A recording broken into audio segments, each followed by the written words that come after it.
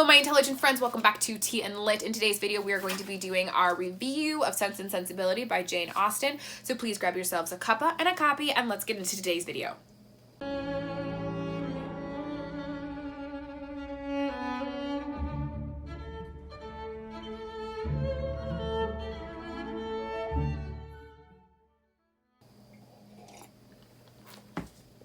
If there are three words I could use to describe my feelings about this book, they are: I don't care. Not to be rude, but it just like further affirms my disdain for the romance genre. Here's the thing. I don't understand romance in literature. I don't understand romance in real life. I don't understand romance in movies. I just like, my brain cannot compute why this is entertaining to people because it's like nothing is happening. Nothing is happening. One of the things, my dear friend Heather, who I love so much, if you're watching this, Heather, hello, I miss you. She loves romance, and sometimes she'll recommend stuff to me and I'll be like, there's no dragons in it. And I just feel like if there's no dragons, what's the point? She loves it. I'm sure she would love this book, actually. I bet she loves Jane Austen. Now that I'm thinking about it, she probably loves Jane Austen. And if Heather, if you are watching this and you want to watch a Jane Austen, you want to do a Jane Austen buddy read, for you, I will do it. But I really just didn't care for this. So let's just get into the deal here. Okay, so let's talk summary first. Jane Austen wrote this. This was published in 1811, so it is the Victorian era. So this is part of the Victoria Readathon. It starts off with a dead dad, because of course it does. Mr. Henry Dashwood has died, and he's left basically his entire fortune to his first son from his first marriage, Mr. John Dashwood, whose wife is like, well, we shouldn't give money, I think her name was Fanny, we shouldn't give any money to your three half-sisters and your stepmom, because why should we? It doesn't matter, you know, we should have all the cash flow because you're the son and I married you and I don't care about your sisters, and any money that is taken by you to give to your sisters and your stepmom is money out of my pocket and out of my son's mouth, and that's not cool because she's selfish. I think that's hella rude, but that's my feeling on that. So a series of things happen, and the three daughters, his three half-sisters, who are Eleanor, Marianne, and Margaret, end up moving into a beautiful sounding cottage with the Middletons, who are like distant relatives of Mrs. Dashwood. And I thought that was really interesting that their names are the Middletons, because the Duchess of Cambridge maiden name is Middleton, and she got a lot of flack in the earlier days of her relationship with Prince William for being like a common girl. They were so middle class, the Middletons, and I was like, Middleton sounds like the most English name I've ever heard, second only to Windsor, which isn't even their actual name. So like, is she really that middle class? And I remember watching some sort of documentary about the Duchess of Cambridge, and it was talking about how like she does have this family track, like they can track her.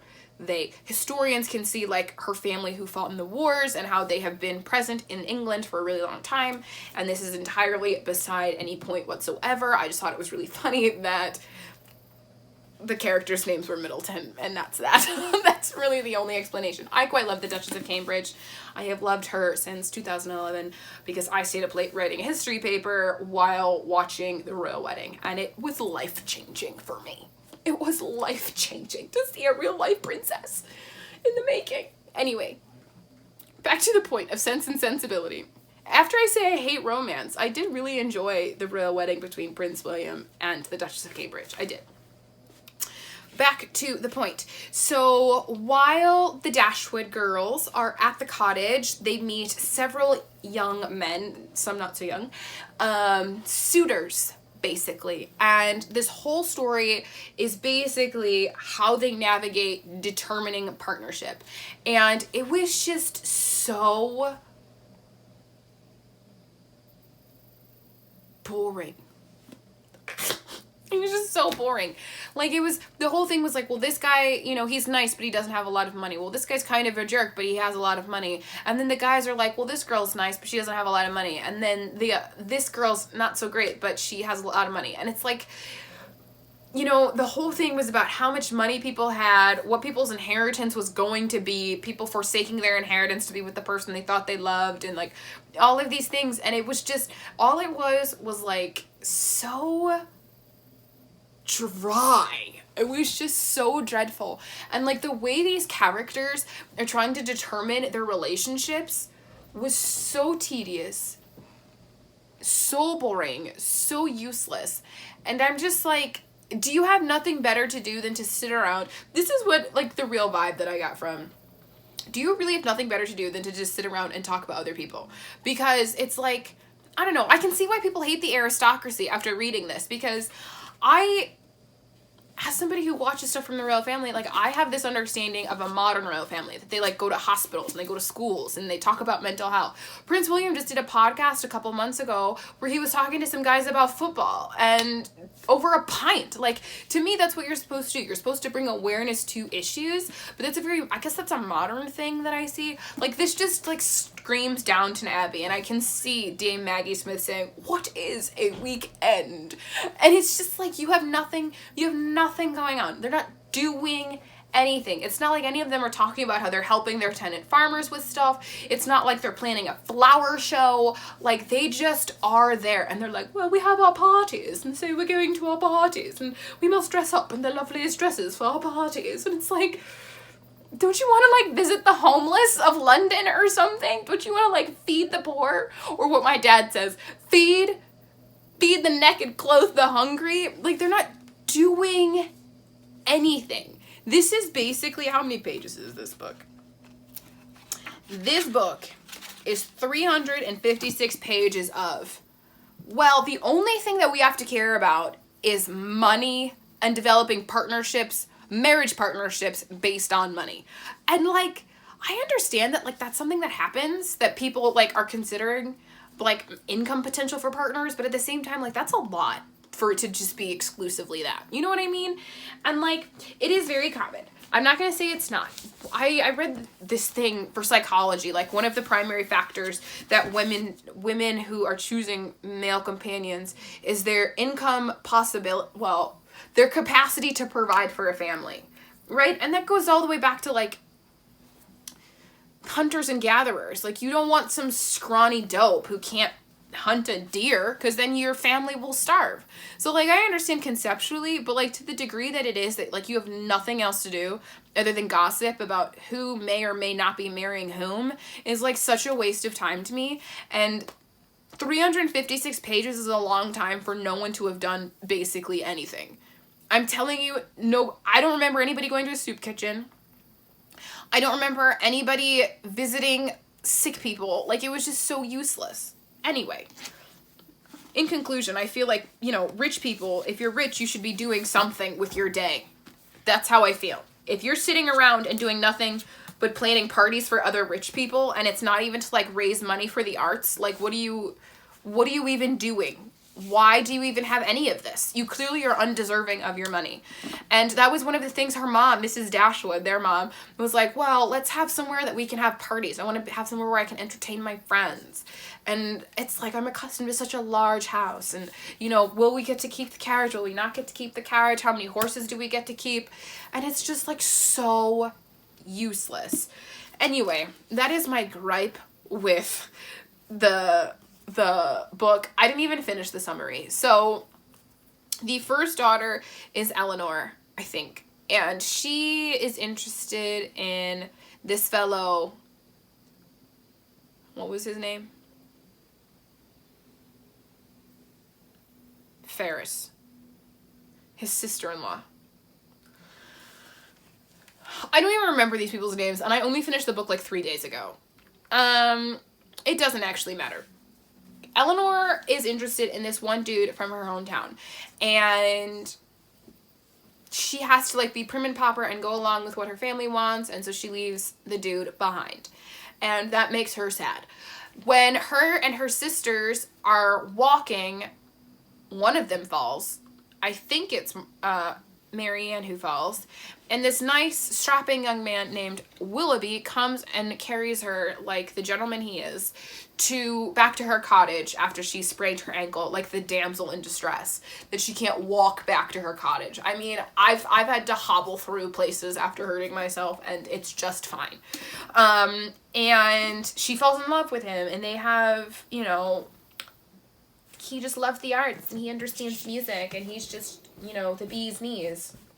But this other dude, Brandon, Colonel Brandon, he's boring and rigid. And then stuff happens. Ferris turns out to have something else going on. Willoughby turns out to have something else going on. Brandon is like, well, I'm boring, but I'm nice. And then the girls end up with who they're supposed to end up with in a way that made no sense.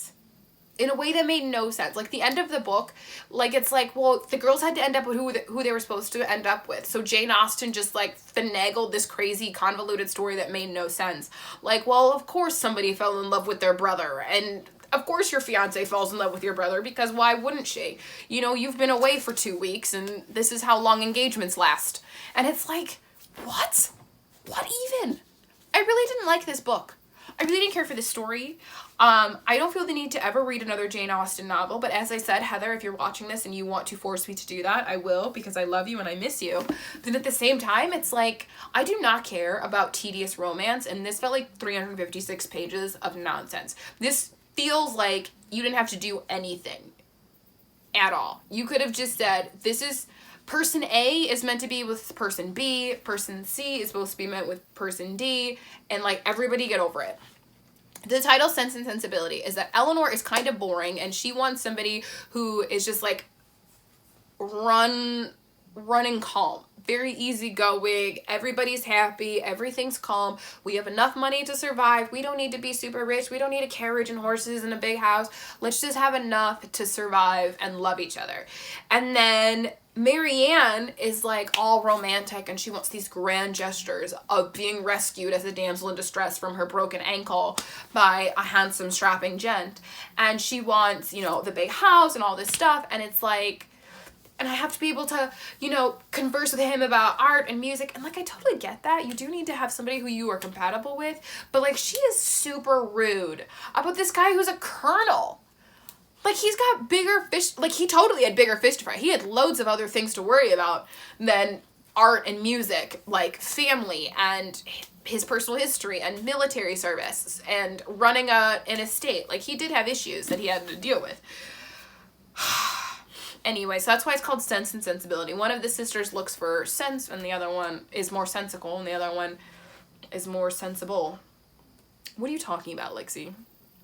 One of them wants to connect on the arts on, like, a head level, and the other one wants to connect hearts, I think is probably how I would like to describe it.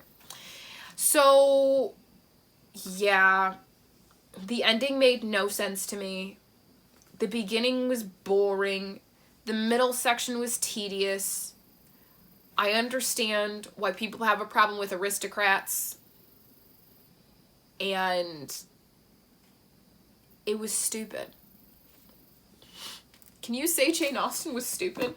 That may be too aggressive. I may lose some subscribers from something so aggressive. I just don't care for romance. To be honest with you, it's just not my genre. It's just... There were no dragons in this story, and there was nothing even close to, like, interesting. And that was the thing. Like, I kept reading and reading and reading, and I was like, oh, this is almost something that could be interesting. And then it was like, everything's fine. Everybody's happy. How did that even happen? Well, here's a chapter about how this just sort of fell together, even though it makes no sense. Let me tell you, I wrote you a letter. Keep my hair. That's another thing. They clipped their hair and gave it to people. To their boyfriends. Can I have a lock of thy hair, dear love? And then it was, when they're writing their letters back and forth after their breakup, it's like, well, send me my hair back. Just put my hair in the compost. I don't need it back. What am I going to do with it now? Tape it back to my head? Why did you even ask for it in the first place? I just don't get romance. I don't get romance on any circumstance, on any level, regardless of medium. I don't understand real life romance to the point that it's caused issues for me in the past, because, I don't know, people watch romantic movies and they think that, you know, you're supposed to get a girl a dozen roses. I hate flowers. If you want to give me a living plant, that would make me very happy, but I do not want flowers. What am I going to do with this? They're going to die in a vase on my kitchen counter. That doesn't make me feel good. And how much did you pay for these? It's not like you clipped them. It's not like the bees had already had their fill and then you clipped them yourself while you were frolicking through the woods and gave them to me. What am I going to do with these? It's not like you grew this plant yourself. You know? It's just so stupid. Anyway, I hate romance. Because I don't understand romance. I cannot conceptualize why any of this matters. I guess I'm more sensible than I am sensing. Which is fine. Because I totally was like Eleanor. Give me a small cottage, close to my family. I have no problem with the concept of living on love only as long as I have a nice garden. Seeds are cheap. I have no problem cutting corners to save a little bit of cash. It's just so stupid. Anyway, those are my thoughts and summary on Sense and Sensibility. I didn't really describe the book like adequately, and I'm sure there are plenty of people who really love Jane Austen that are going to be like, this is a terrible description of the story. But I just didn't care. I could not bring myself to care in the slightest. So let's get to the rating system. The quality of writing, I'm giving a 5. I love the way the Victorians wrote. I don't think Jane Austen's writing itself was bad. What is the word? Technically. I don't think her writing, I believe her writing technically was beautiful. The technique of her writing is beautiful. But I feel that way about Victorian writing generally speaking. I just love the way, particularly Victorians of the time in the place, English. I love how Victorians wrote, and I imagine this is how they spoke also, and that also makes me happy because it just seems like a command of the English language that has been lost to time and or space. Being in the United States in 2020, I feel like we don't use the English language quite like I've read the Victorians presenting English. And so I love the way English is presented from Victorian authors. So I gave her the quality of writing, a 5. Ease of reading, I gave a 4. I think it does take a little time to like get into a Victorian reading rhythm. It's very lyrical, and I think it takes some time to get into that headspace, especially if you're reading something else. That's something that I've always struggled with whenever I've read a Victorian author, is that if I'm doing parallel reading and I'm reading something more modern. I remember several years ago I was reading Sherlock Holmes and I was reading Shakespeare at the same time, and that I could do, but I cannot read like modern books and Victorian books at the same time. So I'm reading If We Were Villains at the same time that I'm reading Sense and Sensibility, and it does take, it's a little jarring to like transition between the two. So ease of reading, I gave a 4. The pace, I gave a 1, but I think mostly that's because nothing really happened in the story, so what was there to pace? Next was plot development. I gave a 3. Again, there was just nothing happening. I mean, there was something, like you start out with a dead dad and the girls had to figure out what to do, and then by the end of it they're married off, so I guess something happened, but like it just seemed stupid. The characters, I gave a 2. Again, there was nothing to them. They just cared about money and art, which is not bad. I have no qualms with caring about art. But at the same time, it's like, don't be rude to a colonel in the army, in the Queen's army, military. I don't know what branch of the military it was. Don't be rude. Actually, he may have been in the Navy, now that I think about it. Do not be rude about a colonel in Her Majesty's Armed Services because he doesn't fully appreciate your piano playing. That's just stupid and rude. So the characters were weak. I didn't like them. I didn't like any of them. From Fanny all the way through. Eleanor was my favorite, I guess. But like, actually Margaret was my favorite because she was the little sister nobody paid any attention to. She was my favorite. The atmosphere, I gave a 4. It does seem beautiful there. The cottage sounded lovely and the grounds sounded beautiful and the houses seemed fine. The Grand Estate houses just don't sound very appealing, but like a cottage on an estate sounds really nice. Sounds really, really nice. So I did like the atmosphere. The enjoyability, I gave a 1, in case you couldn't tell. Did not find this enjoyable at all. Insightfulness, I gave a 3, and that is because I did find it insightful in that I'm glad that the United States aristocrats pretend they don't exist and don't pop out and talk about how dreadful and stupid and useless their lives are, because obviously people should revolt. against this ludicrous system where people aren't doing anything. Like, I have no qualms with rich people having money if, like, you do stuff. But if all you're doing is sitting around with your ladies' book club talking about who's gonna marry whom, like, that is such a waste of time and space. You should be out gardening, knitting, talking to people, investing in the arts, doing something. These people didn't do anything. All they did was throw parties. And they weren't even for anything. Like, people, I feel like, I don't know if this is true, but from what I've seen, rich people now, like, if you throw a party, it's because you're raising money for an art gallery. If you're throwing a party, it's because you're raising money for a children's hospital. Like, that's fine. You're doing something useful. But, like, golly gee, it's such a waste. Logic, I gave a 1, but again, that's just my brain. I don't understand romance. And the book cover, I gave a 1, although I do like it naked. I do prefer a good naked book, but classics, I don't judge by their book covers. Anyway, this book got 0.5 stars. I just don't care. I just do not care about Jane Austen, Sense and Sensibility. I don't care about Jane Austen. I don't have to read another one of these books ever again for the rest of my life. And that's that. Hopefully the rest of the month goes better because just don't care. Don't care. Although there were a couple of good lines. Let me find... I didn't highlight in here. The other thing is, I read this, I tried to consume this book in all different modes. Physical book, ebook, and audiobook. The audiobook was the best because I could put it on fast speed. So that was nice. I feel like there was something I did really like in here, but I can't remember what it was. There was one line. Let me see if it's on my... highlighted on my ebook. I will be mistress of myself was one of them. And to wish was to hope, and to hope was to expect was another one that I liked. So, there were a couple of lines, but just not really worth it. If there's a movie, I may check it out because people love these Jane Austen movies. I don't really get it, but whatever. Whatever. There were a couple of lines that I did enjoy. I'm not going to say that I didn't. One was, it isn't what we say or think that defines, it is what we do. I feel like they don't do anything, but I do feel like that's a good line.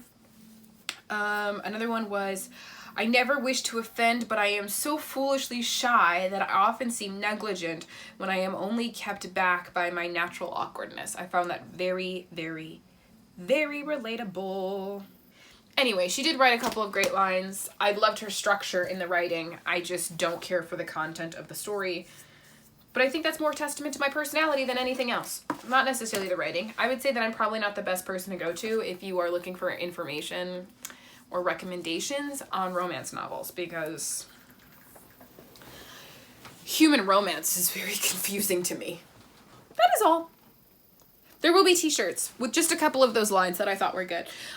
We will have swag of various types down below in the description box. You can check those out. In the comments, I would like to know your feelings on romance novels and your feelings on Victorian writing, because I do love the command of the English language. And click subscribe because we'll be reading better books later this month. Thank you. Bye.